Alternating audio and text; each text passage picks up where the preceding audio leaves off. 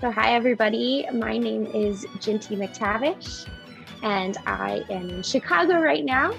I grew up in Lafayette, Indiana, and I am a violinist and one of the founders of the crossover Lady Power string quartet ATLYS. Saw through your Instagram, or of course, we read that you started this new project called Gin Shred. We noticed that that's basically your Instagram handle, and it's videos of you playing famous guitar solos on your violin. So I want to know, where does your love for rock and alternative guitar solos come from? Well, that would definitely be my dad. He was in a band growing up and he loved like he's a very good songwriter. Actually, he's won some awards with it. Um, and so I kind of got that side from him. So I grew up like listening to 80s rock, the Cars. I listened to Elton John, B-52s. Yes is one of my favorites. So yeah, I got very inspired, like just listening. That was always in a car. Like I didn't listen to top 40 until I was in like high school. The project started with just guitar solos, and then I got really busy, and it's hard to learn them It is. like and adapt them to the violin. So lately I've been kind of doing more of improv over my favorite tracks. You went to music school, you're playing the violin. What were your career goals before you joined the crossover quartet Atlas? I was kind of figuring that out. Like I kind of went between, okay, I want to be in an orchestra, I want to be a concertmaster in orchestra. And then when it actually came down to it, I was like, I actually don't know if I want to be in an orchestra. And I so yeah, I was just kind of floating and did civic orchestra. I was the teaching assistant for Amita Vamos. Um, and then I met Atlas and I was like, wow, I actually like really like to play with bands. So and like do different types of music. They had already started the group and you jumped in at the beginning, or how did it come to be? No, yeah. So I what happened was I started working with Rita Andrade a lot. We did some gigs with this band that would fly us out and we play some shows with them. And that's where I was like, ooh man, I love doing this kind of stuff. And she realized that. And then we were working with Yo-Yo Ma in the Civic Orchestra, which was awesome. And he's so inspiring. And he just does all kinds of stuff. He's not snooty. He will play any type of music and play it really well. Obviously. And so I remember one point in particular, they had this thing with the Civic Orchestra that's called the Brandenburg Marathon, Bach Marathon. And we go all over Chicago and play Brandenburg. Um, and Yo-Yo was in on that. He was with one of the groups, not in my group, but another group. And at the end, we had this big concert at this church.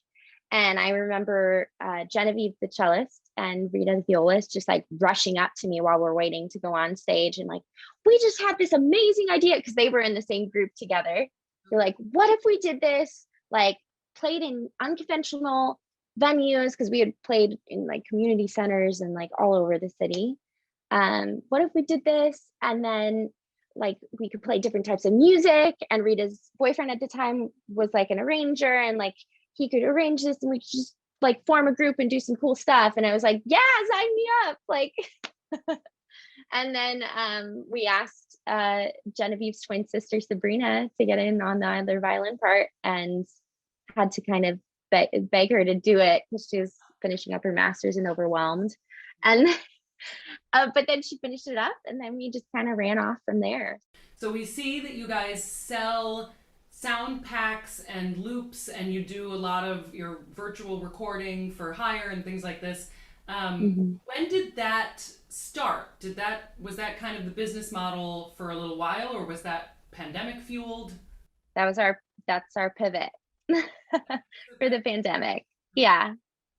Yeah. And it's really, I mean, it's taken off. So now that things shows are coming back, it's like firing on all pistons. It feels good.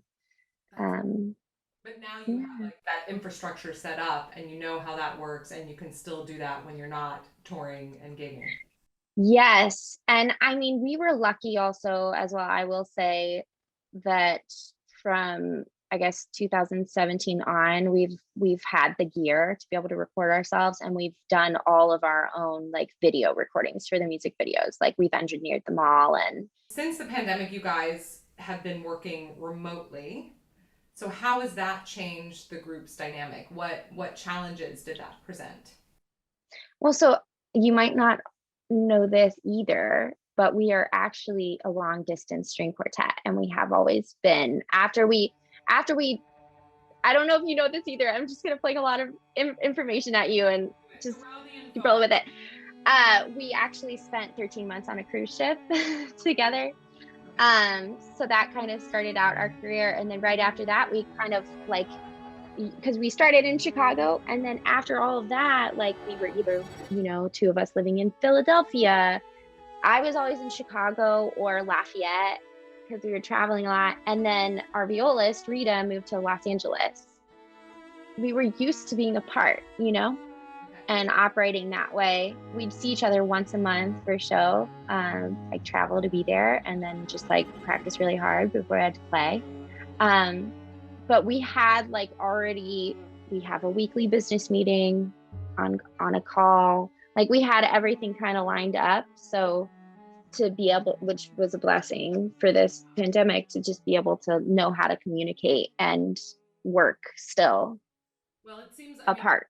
like you guys really dove in head first. So you kind of had a leg up while everybody else was in their 6 month scramble to figure out what we were doing. You guys Yes, I feel very lucky. I feel very blessed to, yeah, to have been able to. We know, it's been very, very hard for all of us, but for a lot of people, a lot harder. big online presence like before the pandemic, or did that all kind of get started through Quilted Atlas and then beyond? Yeah, like we've always really worked on our social media. We've been very inspired by, instead of looking at how classical musicians do things, we look at how pop musicians do things, because they're the ones that are doing well. And so we actually studied with, uh, well, kind of in this program, masterclass program with Taylor Swift's first manager. And he's the one that gave us all the information on how to post and how to do all this stuff. So we had grown our following to, I guess before the pandemic, we were around like 7K or something. Okay. Yeah, so we had worked really hard on it. Like we post every single day on Facebook. I was posting 3 times a day, though you don't need to do that anymore, apparently. Just heard. Um, yeah. So we had like a little bit of a platform, and then once we started doing the Quilted Atlas consistently, I mean, those posts always get like way more likes than anything else that we do, which we're super grateful for, that people like that.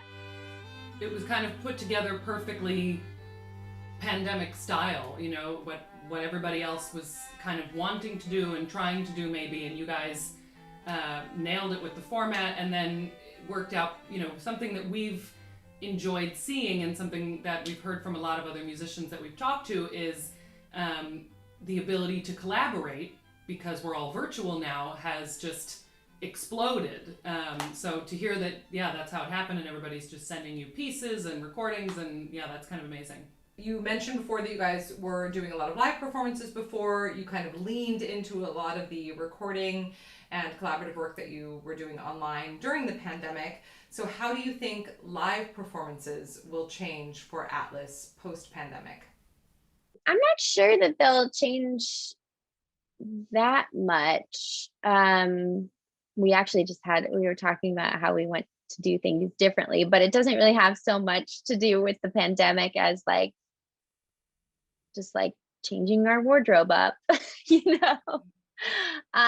So I don't know that, I mean, obviously like there will probably be more virtual options for like shows going forward. I mean, especially for chamber music societies and all of this stuff like that, like they can sell extra tickets if they do a virtual option. So do Yeah. you feel like the pandemic, as we're hopefully coming out of it, has changed any of the long-term goals for you and or for ATLYS, or do you kind of want to just get back to performing, get back on stage?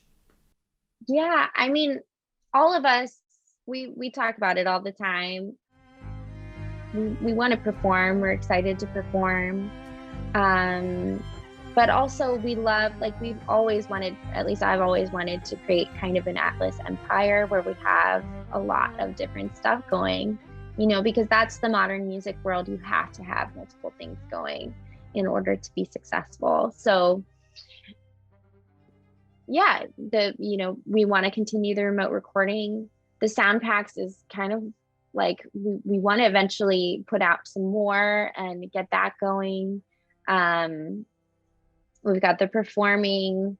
We have been talking to like Mandolin, which is this virtual performing platform. Would love to do shows with them.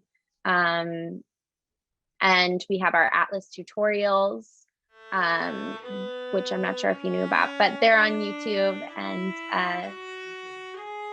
yeah, and so we want to focus on education. We've always wanted to support community outreach and music education. So yeah, there's a lot that falls under what we'd like to do. We've always had in mind, like from when we first began, like what happens when we don't want to be touring all the time? What do we need to be thinking about to do? So I think the remote recording definitely falls under that. And like eventually, hopefully we can get a role on some sync eventually. And yeah, just trying to continue that way.